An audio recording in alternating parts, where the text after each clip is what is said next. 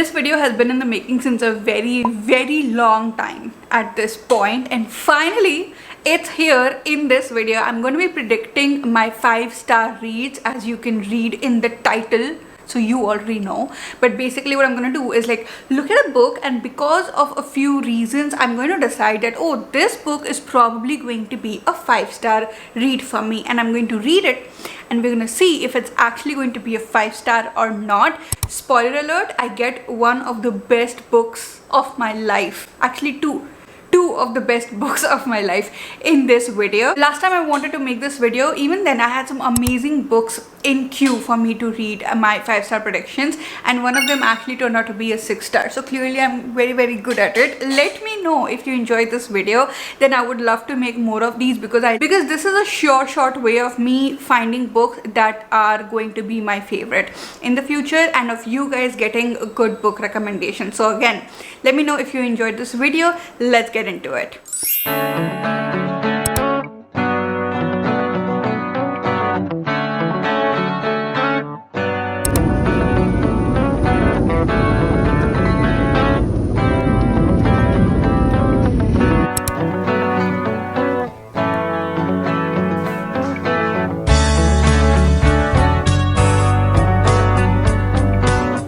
Back home, I started reading Beartown when I was on the flight from Mumbai to Ahmedabad to come back home.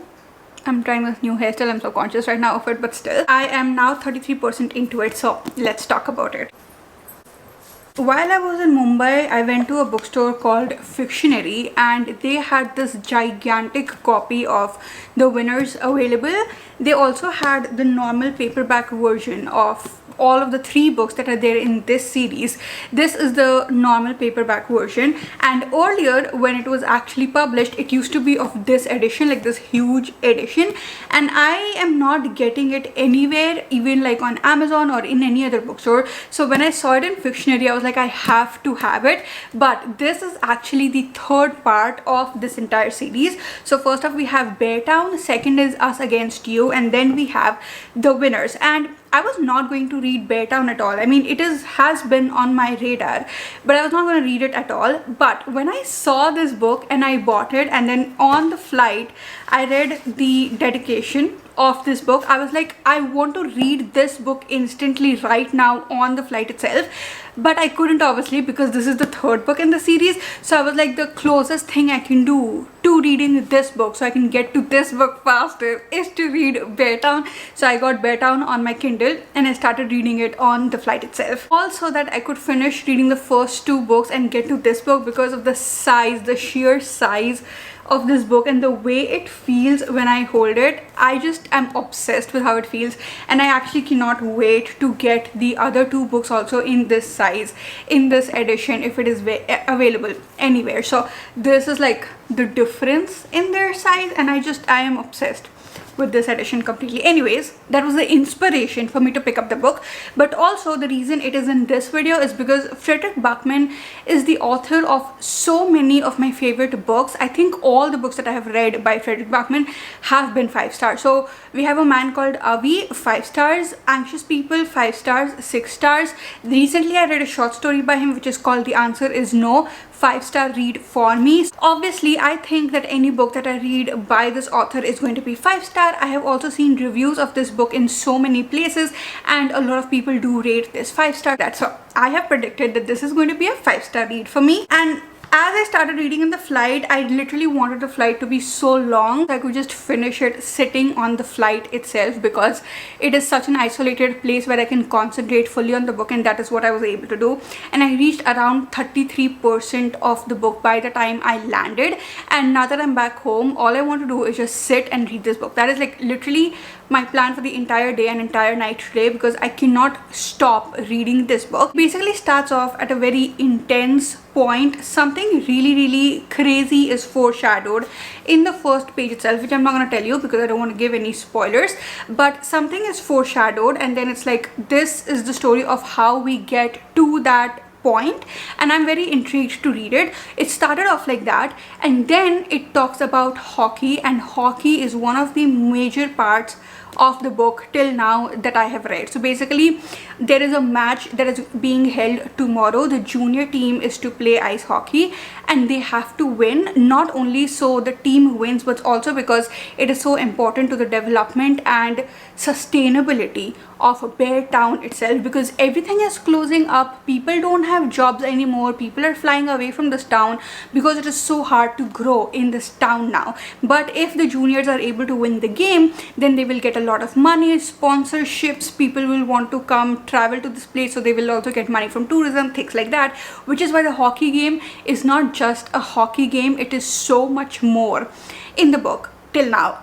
What was foreshadowed in the first page, however, has not been talked about at all, and somewhere here and there, like one-liners are dropped throughout the book till now, where it's so ominously again foreshadowed that something horrible is going to happen, and I am just like, what is going to happen? And I am so scared to see, because I do not know anything about hockey or ice hockey itself. Plus, I am not very much into sports at all. I do watch a few cricket matches, and I had been a huge fan of football a few years ago, but then since the team broke up, like I used to be a Barcelona fan, since the team broke up, since like Messi, Neymar and Suarez, they all broke up and so many other things happened, and yes, like people just like retired, whatever, it was not the team that I was used to watching, and then I just stopped watching football altogether, and since then I've not been a sports person. So I was very intrigued to see how this book is going to make me care about hockey when it is such a major part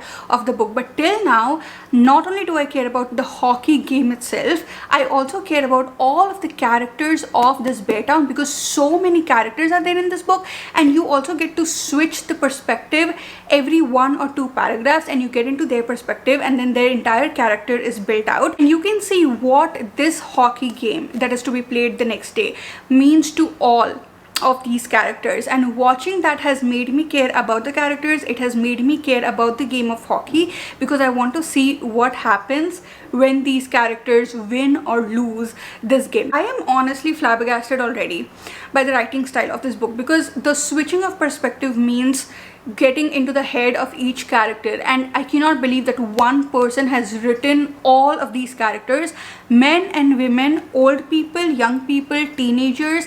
There are men of around 70 years old, and then there are teenagers that are 15 years old, and then there are men, and then there are women, and all of those perspectives are written by this one author, but they all have their unique voices. And they are all different people in my mind. I would think that different people have written these different parts of the book. It's that good. There have been so many impactful lines. Like I have literally marked so much in this book already. So I was actually marking a lot on the Kindle itself, and then I came home and I underlined everything, and I actually also tried to put tabs in the book, but I don't have enough tabs, because I'm literally underlining every other page. I am also underlining a few characteristics of the different characters so that they are different in my mind, because this is a series. So when I do go to the second book, I'm just going to be looking back at these characteristics to remember the kind of characters that they are. I'm just going to read like a few to you so you get an idea of what it is like. One of the characters has given this note to one of the characters. I'm not gonna ruin it for you because I don't want to give any spoilers, but it goes like this: if you are honest, people may deceive you. Be honest anyway. If you are kind, people may accuse you of selfishness. Be kind anyway. All the good you do today will be forgotten by others tomorrow. Do good anyway. What you create, others can destroy. Create anyway, because in the end it is between you and God. It was never between you and anyone else anyway.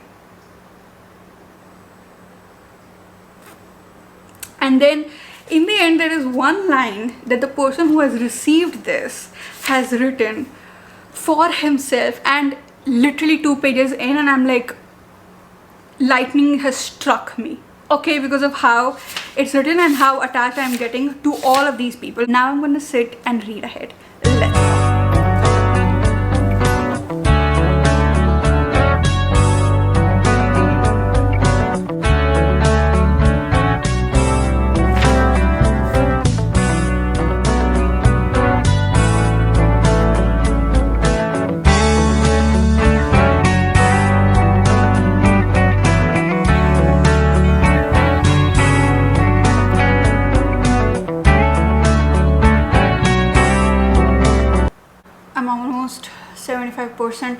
into the book,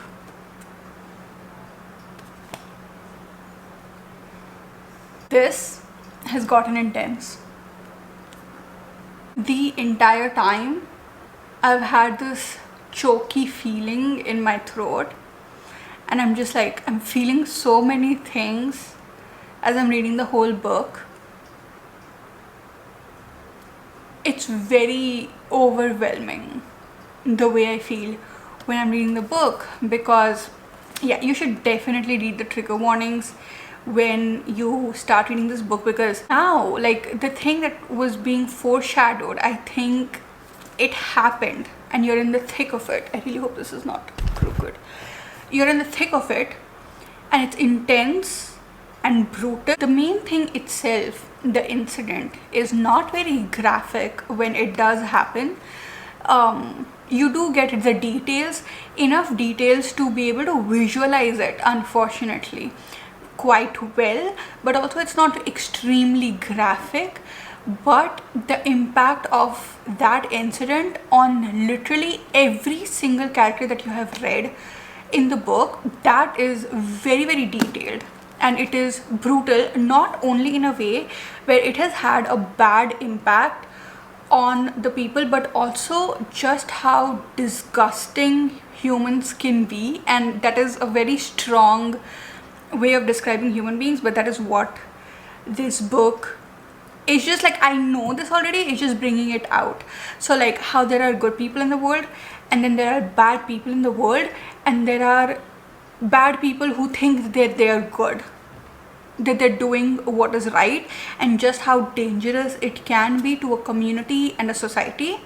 So it's like, this book talks about what it is like to be a community, but not in a healthy way. Like, this community is not healthy. When I read some parts of it, it makes me feel enraged. What some people are saying, what they're thinking, oh my god, like, I literally want to vomit my rage out. That's how much rage I am feeling. And some parts I'm reading and it's just completely heartbreaking. It's brutal. And then some parts are like really, really heartwarming because of what is going on, and how the relationships, how they were in the beginning of the book and how they are now when I am almost done with the book. And I just cannot wait to see how this book is going to end. A lot of good people who are not able to use their voice because of the impact of the bad people in the town, and there are so many secrets bubbling for each character. Everybody, this entire town is bubbling with secrets constantly. They do not talk with each other. This community does not communicate with each other, and that impacts families and these teenagers and old age people. Everybody is getting impacted by this, but nobody talks with each other. And you can see just how toxic this entire community is, and how that is I'm just repeating myself now, but it's just so insanely beautifully explained in a way where the horrible parts of it are extremely raw and just real, and you have to read it and feel bad about it. You cannot be like, oh, but whatever. There's no diplomacy in this. It's just very raw. So you read it and you know that shit like this is happening in the real world, and you feel bad about it and you want to do something about it. That is how it makes you feel. The most fascinating part about the book and the way it is written is that the plot is very, very basic. It is about a town that has its own issues and the entire town's life revolves around hockey. That is it. That is the entire story and the impact that has on the entire town. And with this plot, author could have just changed a few things. Some things could have been done by somebody else. Some things could have been done in a different way, and that would change this entire story, where it is just about this basic plot that does not have an impact on you at all. But the author has chosen to do things that make the book say so much. Like, so little could be said with this really like one line of a plot, but the author has taken the opportunity to say so much. So chapters start in a very different way compared to how they were beginning before. So for example, one chapter was, what is community, what is loyalty, how hard it is to realize that you are a hypocrite. Even if you're a good person, you realize, oh my god, I am a hypocrite, I'm like a horrible person, you know, I'm not as good as I think that I am. And that way it is delving into different parts of human nature, and how that one sentence, that one question, or that one quote that you have read, how it is getting channeled through these different characters, and what that shade is. So if what is loyalty in a good way and in a bad way, because bad people also can be loyal to each other, but that is not necessarily good. So all of these different shades of this one human concept, you see it through these different characters, and it is written so beautifully. And all I can think is that this book could have been so boring for me because of how small the plot is and how it would not be this impactful, but the author has chosen to say so much with this simple plot. It's insane. Like, tiny tweaks could have made this book boring, but those tiny tweaks have made it incredible. I can visualize it as a series so well in my mind because it is cutting the scenes so much, and you can see that exact same thing from different perspectives of different people. So it's building up really well that way. The callbacks are insane in the book, where you have probably read like one line or two lines in the beginning of the book, and now it is being called back in a totally different context, and it just hits you so hard because you've already read it. And that is done so much, and it literally feels like the author actually wrote all of these lines, knew that it's going to come here, and then he has written the story around it because it's all bound together so well. How is the author able to write like this? I don't understand. You cannot have so many callbacks unless you have been very, very calculative and methodical with the writing. Reading this book is definitely exhausting me in a way because I'm feeling so many things, but now only this much is left. So I think I'm going to finish reading this book because I can't stop. I really can't. I want to know what happens in the end.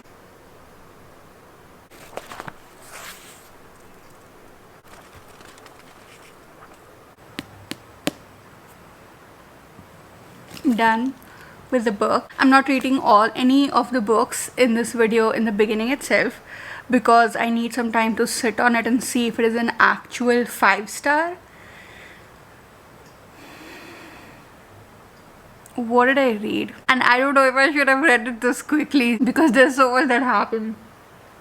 It's like I cannot believe that this book was actually sitting in my shelf for I don't even know how much time now, and then it was sitting on my side stand like for so long, and I did not read the book because I was like, this book, like, I just can't believe it. Anyways, I wrote some of my notes over here to remember what exactly I want to say. There was this one part where I did tear up, but apart from that, I have not had physical reactions to this book because it's just not like that. And the best way to describe it for me is it's like having a pressure cooker that does not go off at all from literally the first page till the last page.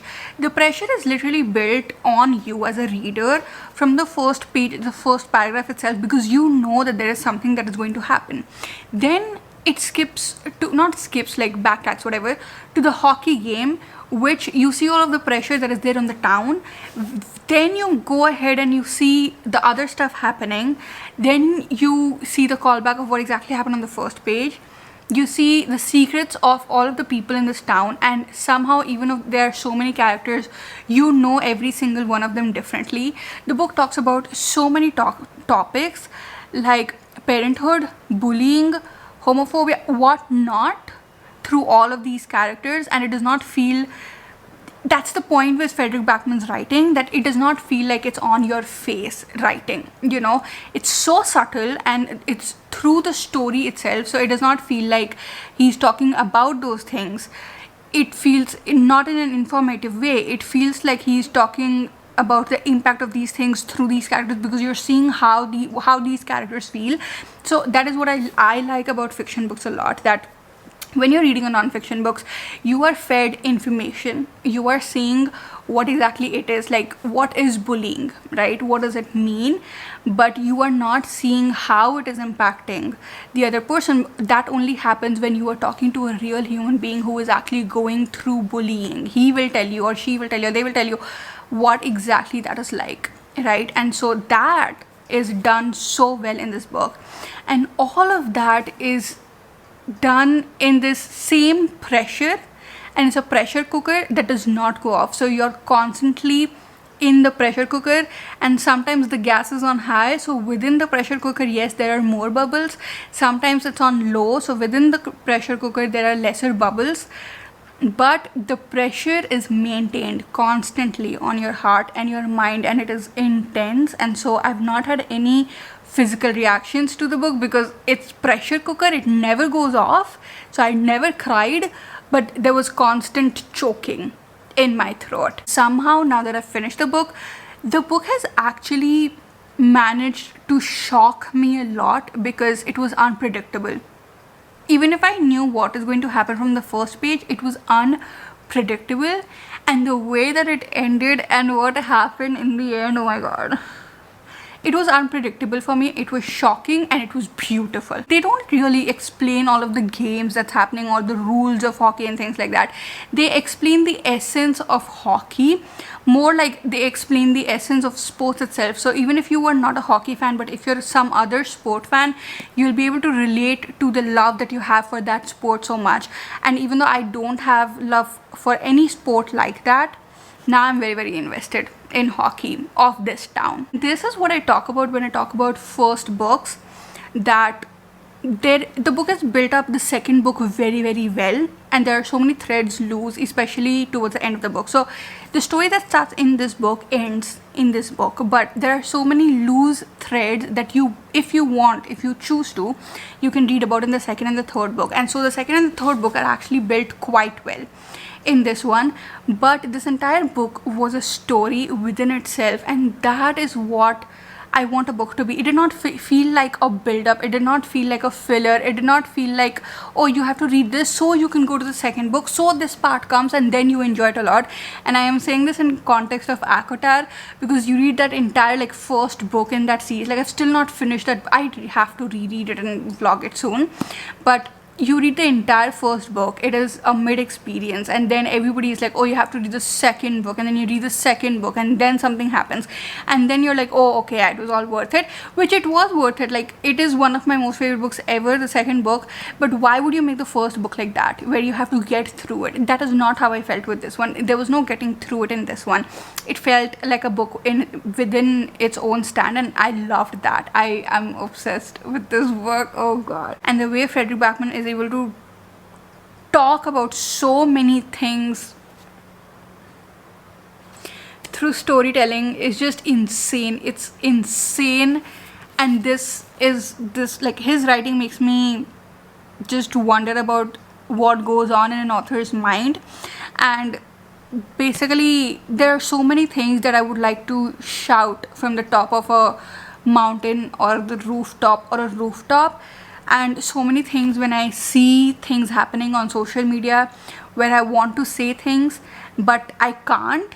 All of those things have been said so beautifully through this book, and so this book feels like a part of me has been brought out in literally the best way possible. Like, Fredrik Backman has done for me what I can't do myself, and so it's insane. It's just that Beartown itself, when you think that you're going to read a book about a community, you think you're going to see how close-knit that community is and how beautiful it can be, but you read this and you realize, like, Beartown itself is a community that is toxic and it's not good. Like, the community is not good for each other, and unfortunately we do not live in a world right now where community, like, when there is a close-knit community, they are good for each other. Not all, like, not most of the times.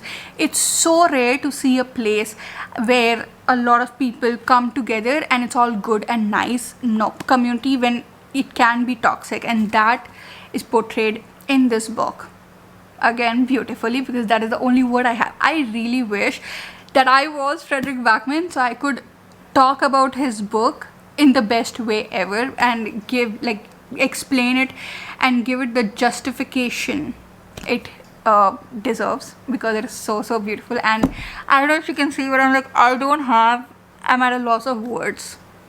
So if there are any other points that I do have to say, I will talk about it in a wrap up or something that I will do very soon. On to the next book.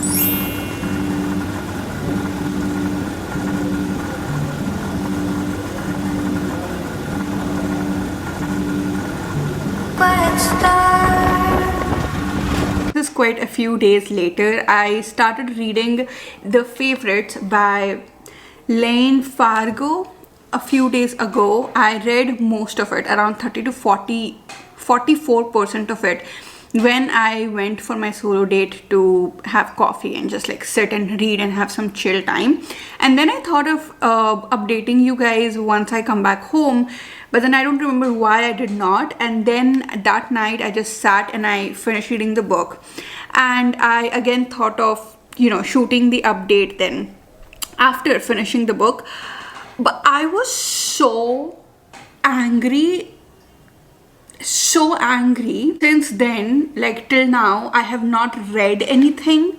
I keep like thinking about, like I look at my entire TBR card, there it is, which is literally filled with so many exciting titles. Also that all of those shelves are filled with books that I need to read. That's on my physical TBR. And I also went to my big bookshelf, and over there I have one shelf that has like, oh, this is not like on my immediate physical TBR, but they are books that I want to read, right? They're not books that I want to let go of.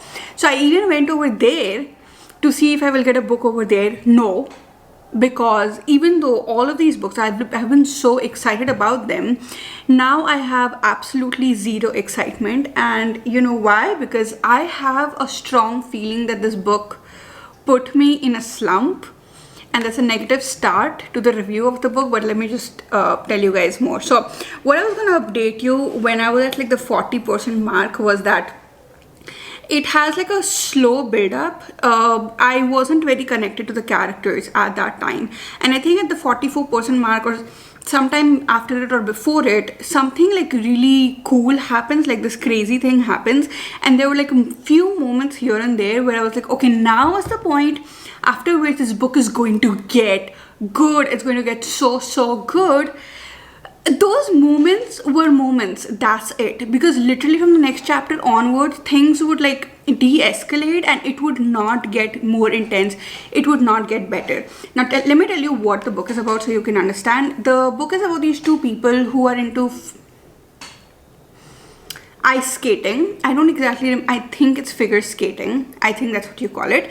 And they are very good as partners of each other, but they're also very scandalous, like everybody else, to the media and all of the things that they do. And they love each other at the same time. They have been together, they have been ice skating since they were children. I love reading childhood love stories, so in the beginning that's what it was, and then we see their rise and fall and whatnot. But as the book says in the front, it's to the world they were a scandal, to each other an obsession. Where is the obsession? Where is the scandalous, yes, it was quite scandalous, everything that was happening. But where is the obsession? I was not connected to the characters at all, and this entire book actually felt like a newspaper or like a magazine article to me, the entire book. So there are chapters where you see the main female character from her perspective, everything that is happening, and then in between chapters you have this documentary sort of thing going on, which is about this couple and their entire journey as a couple and as those players. But this entire book felt like this informational article to me about this couple. There are parts of it where the writing is good and I enjoyed it so much, which is what I'm saying. Every single time I got to one of those parts, I was like, now it's going to get good, now it's going to get good. Especially at like the 40% mark, something happens which is like, you know, scandalous and so exciting and sizzling, right? Not in a smutty way, but still. But then it just drops. They just move on too fast from everything. they don't, you know, go deeper into the scandal, into the obsession, first of all. Secondly, he is the main female character who I adore from the bottom of my heart. He is so sweet. I mean, he's not all good, okay, but he's so sweet. And I barely got like 5 lines from the guy throughout the entire book, and he's like the main male character, and you get nothing from him. You get the entire perspective of the female main character, and you get nothing from the main male character. Then obviously we have all of the side characters. I liked some of them, I did not like some of them. Garrett was one of my favorite characters. I was so furious when I finished the book because like towards the end it just got crazy. Like again, very scandalous, okay? So that part was good. And it's very binge worthy, so that's good. And Heath, I love him so much, so that's good. But I did not get anything out of this book. I have not read since quite a few days now, and now I am supposed to choose my next book, which I am going to do right now, and finish this video, because this video was supposed to go live like a week ago or 1.5 weeks ago, because I knew which books I'm going to read. But since finishing this book, I have not been wanting to pick up any other book at all, and so this video is delayed. But now, since I have given myself some time off reading, I think I can choose a book and start reading it. So let's pick the third book of this video. I think I'm going to include 4 books in this video now, because this one I did not update you guys at all in the middle, right? So I think I'm going to include 4 books. This is going to be the third book of the video. Let's pick it up. If I don't look too good, it's because I literally just woke up, so please ignore that. Now we're gonna choose my next book, okay? I really wanted to read Dance of Thieves, but then I saw the text inside and it's too small. Let's see. No, I can't do this on camera. I'll get back to you. I'm picking up this Days at the Murasaki bookshop. I actually messaged on my broadcast channel on Instagram saying that I'm looking for books to read, and somebody said I think that they're reading either this or they love it, something like this. So I think I'm going to read this one. I think when I'm in a slump, what would really help is reading something short, cozy and nice. And I have seen really good reviews of this book a lot. Like a lot of people do rate it like 5 star. So I think it can be a 5-star read for me, definitely, because it's also Japanese literature. It's a book about books.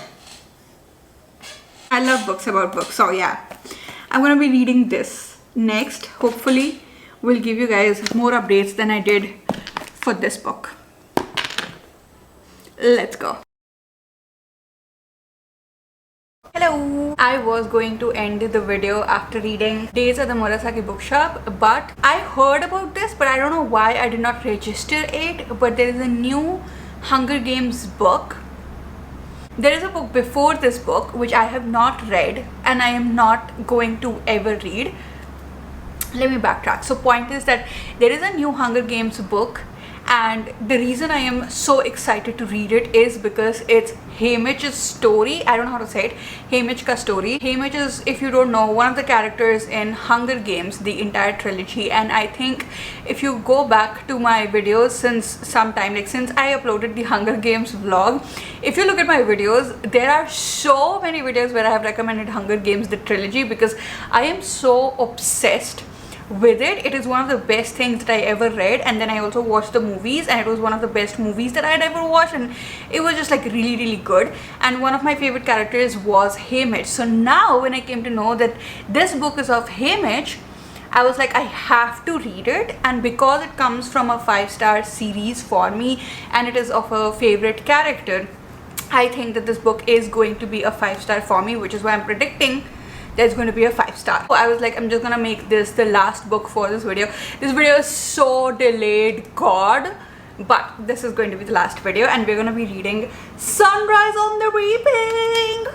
Now let me give you an entire update. So there is a book before this one. We have the original trilogy, which you can read as the trilogy and then get over it completely. Then we have the next book, which I think is called the Ballad of Songbirds and Snake, or Snakes and Songbird, which is a story of President Snow. And I just couldn't care less about President Snow when it came out, and everybody was like, oh, it's a story of the villain of Hunger Games and this and that. I was just like, yeah, okay, cool, but I couldn't really, like, I wasn't very interested, even though usually I am very interested in a villain story because I love to see how a villain is created. So I was not very interested, and so I have not read it. However, when this book has come out, I googled if you have to read that book in order to read this book, like if it's part of a series or if it just falls under the Hunger Games umbrella, and I saw a few answers saying that you can read this straight away if you want, but there are a few parallels drawn in this book related to that book. So I was like, oh my god, now I have to read that entire book that I really don't want to read, then get to this book. But then I also saw one of the answers saying that you can actually watch the movie, and it talks enough, like there is enough information in that movie that you will need in order to understand the parallels in this book. So I did what no book lover would ever do, okay, and I just decided to watch the movie last night. Watched it. I did not even enjoy the movie that much, honestly speaking. It was quite slow for me. I'm happy that I have not read the book. If you have read the book, do let me know what you think about the book. Maybe in like the very future, when I'm missing this world, I will read the book on some day. I don't know, it just has never been something that I wanted to read. So now that I have watched the movie, then I decided that I'm going to hop on straight into this book, and I just straight up started reading this book, and I read it last night a little bit. I think I read around 20% because I literally couldn't stop once it started. Oh my god. And then in the morning today I read a little bit, and I read around, like, I have reached around 50% of the book already, and I'm sorry I've not given any updates, but every time like I get into the book, I'm just like into the book. Also, I did try to get the physical copy of the book. I will at the end of the day get a physical copy of this book on some day or the other, but when I tried to get the physical copy last night, I was getting the copy. It was very expensive. So I was looking at the seller on Amazon, and it was not from a trusted seller. So I decided to not get the copy because I was fine with spending the money on this book because I love this book so much, but at the same time, at least I needed to be an original copy. And there have already been heart-shattering scenes, and it literally starts from the point where Haymitch has decided to go into the games. He has not decided, like, the reason why he goes into the games. That in itself has like broken my heart already because I did not expect that to happen at all. Plus, there have been a few snippets, like for example, there will be like this cameo of Katniss's father, okay, and there has been multiple parts where, if you have read Hunger Games, like, this is not a spoiler, but if you have read Hunger Games, you'll know that Haymitch is all about his alcohol, and there are parts in this book where there are parts in this book where Haymitch, like, when he comes across alcohol, he's like, oh, that's not really my thing. And the fact that I know that he is the kind of person who will, it's really breaking my heart already. That's where I'm at with the book right now. Now I am done with the day. I'm extremely tired, honestly, after the whole day, but I am just going to sit over here and read the book on my Kindle. I'm gonna be in my bed, it's gonna be on the Kindle, so I'm not gonna switch on any light, nothing, just going to get cozy up and read the book, and let's see how much I get into it. I am thinking of like finishing the book because the speed at which I've been reading, but yeah, let's go ahead.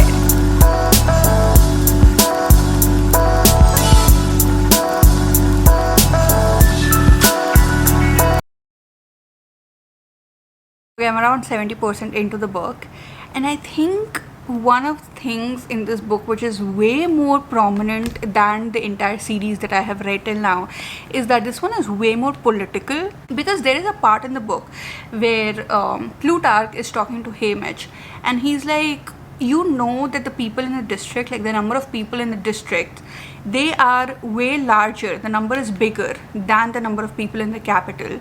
So what is stopping you from taking over the capital?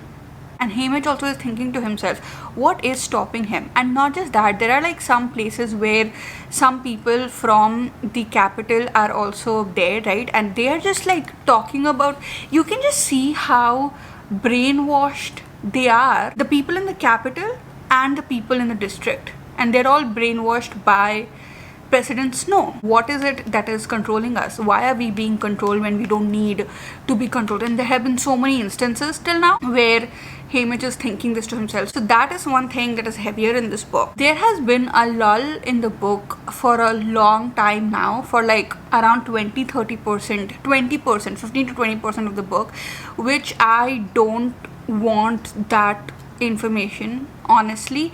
And I just feel like it's a little stretched out, which is like the build up to the games and Haymitch like before the games, and it took a long time for us to even get into the games. Honestly, what I would want is we get into the games not very quickly, but fine, quicker, and we get done with the games quick too, because I don't only want to see the game with Haymitch, because you already know what happens with Haymitch if you have read the Hunger Games, right? That's not a spoiler. And then I want to see what happens after the games. I want that part to be long. So I want the part before the games and after the games to be long. But the preparation before the games itself took such a long time, like, to build up, and all of the information about all of the other characters, especially because there are 48 people this time. Seeing Haymitch and the way he is behaving, it's making the entire trilogy very grounded in my mind, because when I was reading the trilogy and you see everything that Katniss does, and you're just like, what is making you think that you can do stuff like that, right? But then you read this book and you know that it's not just Katniss who is doing it. It has been going on since a long time, and especially also because I watched the movie yesterday, so it's all making this entire world of Panem and Katniss' story and Hunger Games a very real thing in my mind, and I really appreciate that. And I think that is the point of giving these characters also the stories instead of just letting them be the side characters. So that is very good, and I'm enjoying the book now, but I did get very, very bored in the middle there. I'm done. Why? That was brutal. Even after knowing the ending, that has really taken me, and also by surprise. I just forgot to say by surprise. That has taken me by surprise, and also precedents, no. Like, after watching yesterday's movie and also like from the first series, I knew that the guy is bad. Okay, everybody knows he's the villain, but only after reading this book, he is an evil incarnate. I honestly think that he did not get what he deserved at all the whole time. Apart from that, there has been multiple mentions of characters from Hunger Games, and I'm just, it's making that entire, like, it's making me want to at least watch all of the movies again, because it's made me feel so nostalgic. And the only thing left now is the epilogue. I just thought of updating you guys before I read the epilogue and then reading the epilogue on camera, because I've seen people say that the epilogue just kills you. So I'm very excited about it, but oh my god, that ending, it has ruined me. I am ruined. There are also so many similarities between Haymitch and Katniss.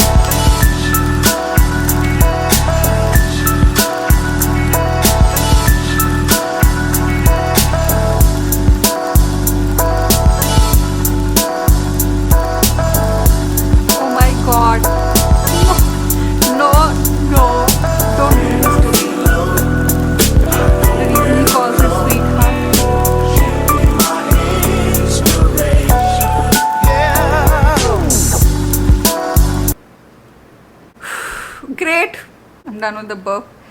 I think I'm gonna go and cry. I feel like that story is going to haunt me for a few days now. Yeah, I shot the intro after finishing the video. We have read 4 books in this video, and oh my god, I am so absolutely obsessed with all of them. Time to give you my final ratings for all of the books to see if they were 5 stars or not. I have kept it till the end because now that so much time has passed, I know whether they're actually going to be 5 stars or not, because sometimes when I'm reading a book, I get very, very emotional about it and I get very hyper about it, and so my ratings are not accurate. Only after some time, when I have cooled off, I realized, hey, wait, what about that and what about that, in a good and in a bad way. So starting with the first book that I read, which is Beartown. Here it is. This is the absolute love of my life at this point, and I cannot wait to read this entire series. I am thinking of making a spoiler vlog of this entire series, so I will be rereading this in that and reading the other two books that are in this series, which is Us Against You and The Winners. Let me know if you guys want it, because if you don't want it, like, I also put a poll on Instagram and on the YouTube community tab, so let me know if you really want it, because if you don't, then I'm probably not going to vlog it. I'm just gonna read it for myself and only talk to you about it when I am recommending it to you guys. An absolute 5-star, 6-star read, a life-changing read for me. I think about this book every single day, and I'm not exaggerating. I'm literally not. Like, I think about this book once every single day. Something or the other will be happening which will direct my mind towards this book.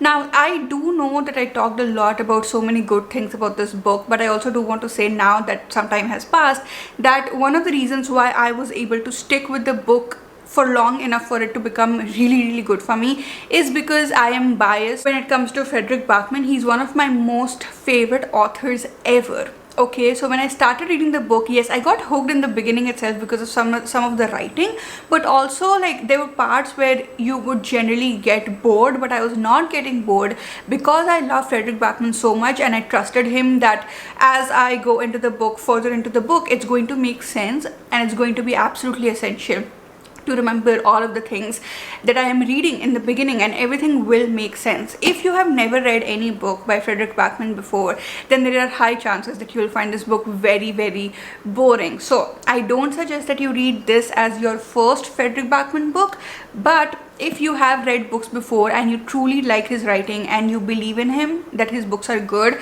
even if sometimes they take time, then you're going to be absolutely obsessed with it. I actually got a physical copy of The Favourite. It was my 5-star prediction because a lot of people, actually it's here only, it's part Wuthering Heights and part Daisy Jones and the Six. And Daisy Jones and the Six, like, I'm absolutely obsessed with it. I have watched that series like 3 times. It says on the cover, to the world they were a scandal, to each other an obsession. And if you have watched my Magnolia Parks reading vlog, you'll know that this kind of love, I love it. I was editing the video and I realized that I have spoken a lot about how this book had me furious when I was reading the book, and now that some time has passed and I have cooled off, I did get a physical copy of it. And also because there was a lot of it that I did genuinely enjoy. The only thing that was missing from the book was the longing. Okay, I really wanted more of the longing between these two characters, and I think that would be apparent if I got more of Heath's perspective, and not getting that was making me very furious. And I was so done with the book, and clearly I had forced myself to finish the book, which also affected how furious I was and why I thought I'm getting into a reading slump, because I wanted to get done with this video. Okay, so now that some time has passed, I'm going to give this book 3.5 stars. It's still not a 5-star read for me, and I think a lot could have been done, but I absolutely do recommend it because I think it was a personal reason why I did not enjoy this book, and a lot of you guys may actually enjoy this book. Though I would suggest that don't go into it thinking that, oh, it's like Daisy Jones and the Six and stuff. It's not. It's just not. That book was genuinely scandalous, and the longing was just like insane with the music people and whatnot. The longing in this book is just not described like that. So if you go into it without thinking like that, then I think you will really enjoy this book.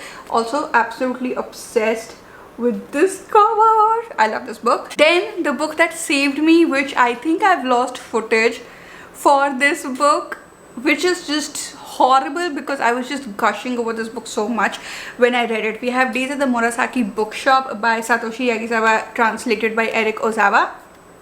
Yes. This is the story of our main character who has gone to the Murasaki bookshop after something horrible has happened with her, which, by the way, was just like, my jaw was on the floor when I read what that guy was doing, and he was just like, yeah, so like everything. This is basically a big warm blanket that smells like books wrapped up around you.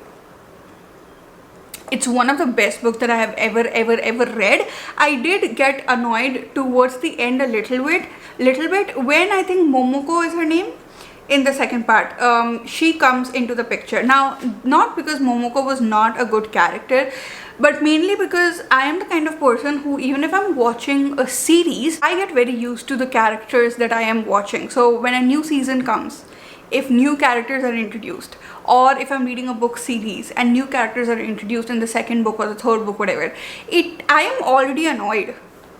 Okay, I don't like the change. I want my old characters that I'm comfortable with already. I don't want to get used to the new characters.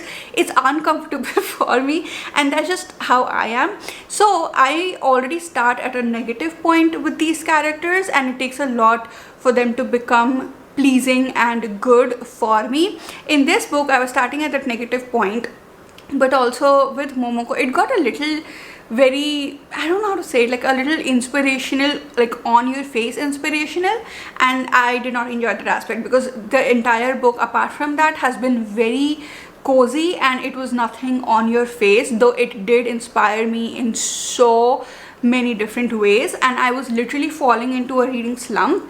This book has sort of reminded me what reading can do to you, you know, the love for reading, which I am very, very grateful for. So 4.5 stars to this, not 5 stars because of the Momoko part, but strong 4.5 stars. I can't wait to read the second book, but I've still not read it because I am going to save that for when I need it. And in the end, I read Sunrise on the Reaping on my Kindle. You guys already saw my reaction to it. My final review is that in the middle there, I did feel that little bit of a lull, because of which, yet again, it's not a 5 star. It's a 4.5 star book. That epilogue, it really ruined me in a good way, where I was like, I will cry right now if I think about it, because shut up. Okay. Yeah, I'm gonna cry. So that book is a strong 4.5 stars for me too. And yeah, that's it. We got 1 6-star read and 2 4.5 star reads and 1 3.5 star read. If you guys are like, oh my god Anshul, why weren't you posting? It's because I hated this video. I still don't know how it's going to turn out, but I really hope you guys did enjoy it, and if you did, please do let me know in the comments, because I would love to make part 2 of it, where I don't hate the video and I update you guys better in vlog style. I'll see you guys again very, very soon. I love you so much. Bye.